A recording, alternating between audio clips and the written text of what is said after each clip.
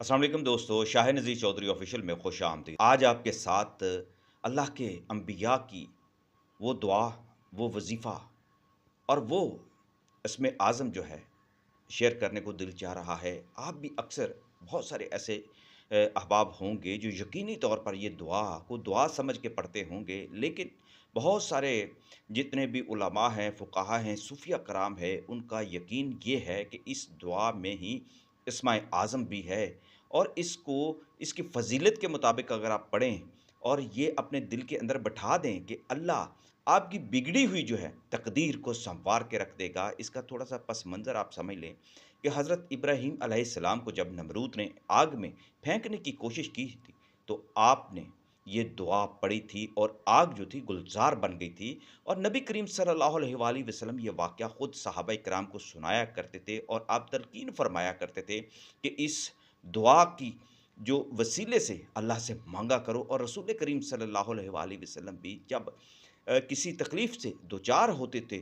तो मेरे और आपके आका भी यही दुआ पढ़ा करते थे। आप भी अपनी ज़िंदगियों में ये यकीन रख लें कि आपके ऊपर पहाड़ गिर पड़ें, मुश्किलात आ जाएँ, हर तरह की जितनी भी मुश्किलात होंगी, इंशाअल्लाह अगर आप इसके ज़ाकिर बन जाएँगे, तो ये आपकी जो मुसीबतें हैं, वो राहतों में बदल जाएँगी, आपकी बिगड़ी सँवर जाएगी और इससे बड़ा इनाम क्या हो सकता है कि अंबिया कराम इसको पढ़ा करते थे और हमारे आका नबी करीम सल्लल्लाहु अलैहि वसल्लम खुद भी इस दुआ को पढ़ा करते थे और उलमा ने, सूफिया कराम ने और फुक़हा ने इस दुआ को ही इसमें आज़म भी कहा है कि इससे बड़ी और क्या दुआ हो सकती है जो आग को गुलज़ार कर दे और बिगड़ी हुई को सँवार दे, क्योंकि इस दुआ को पढ़ने वाले का यकीन इस बात पर कामिल हो जाता है कि अल्लाह ही उसका कारसाज़ है और अल्लाह ही उसकी बिगड़ी हुई को सँवारने वाला है। ये दुआ नुमा इसमें आज़म जो है, आपने बहुत ज़्यादा पहले भी पढ़ा होगा, लेकिन आज इसको पढ़ने का एक तरीका मैं भी आपको बताऊँगा, जो मुझसे अल्लाह के नेक लोगों ने, बुज़ुर्गों ने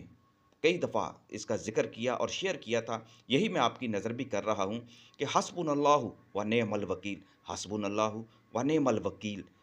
आप इसको पढ़ने का सलीका जो है इस तरह से रखें कि हर नमाज़ के बाद इसकी एक तस्बीह पढ़ा करें।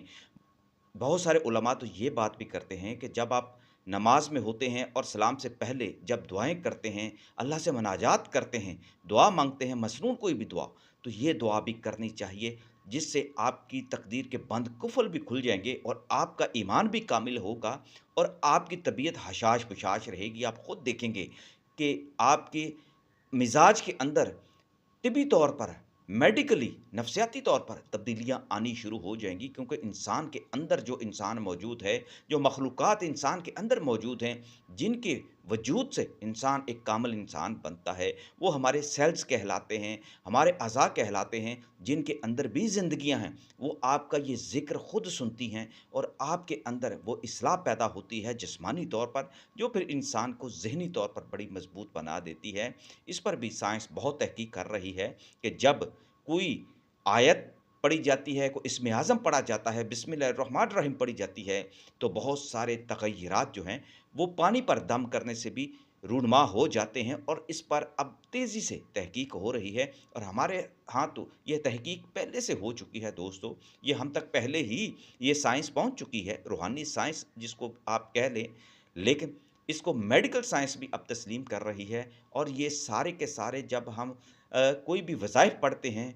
उनके असरात जो होते हैं, उन चीज़ों पर भी मुरतब होते हैं, हमारे जिस्म पर भी मुरतब होते हैं। हमारे जिस्म के एक-एक रेशे पर वो उसके असरात मुरतब होते हैं और यही वो एक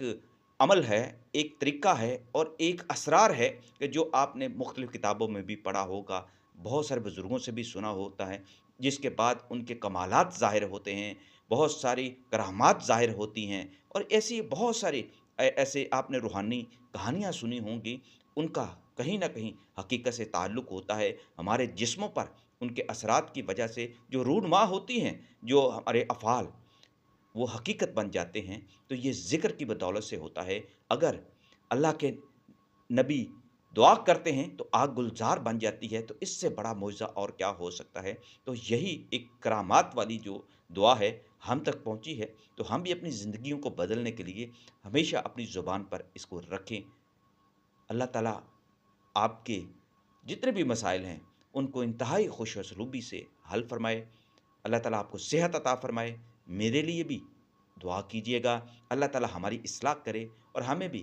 استحکام نصیب فرمائے کہ ہم آپ تک اپنے تجربات جو اچھی باتیں ہیں وہ شیئر کرتے رہیں، اور آپ بھی اب ہماری کوتاہیوں پر ہماری اصلاح کرتے رہا کریں۔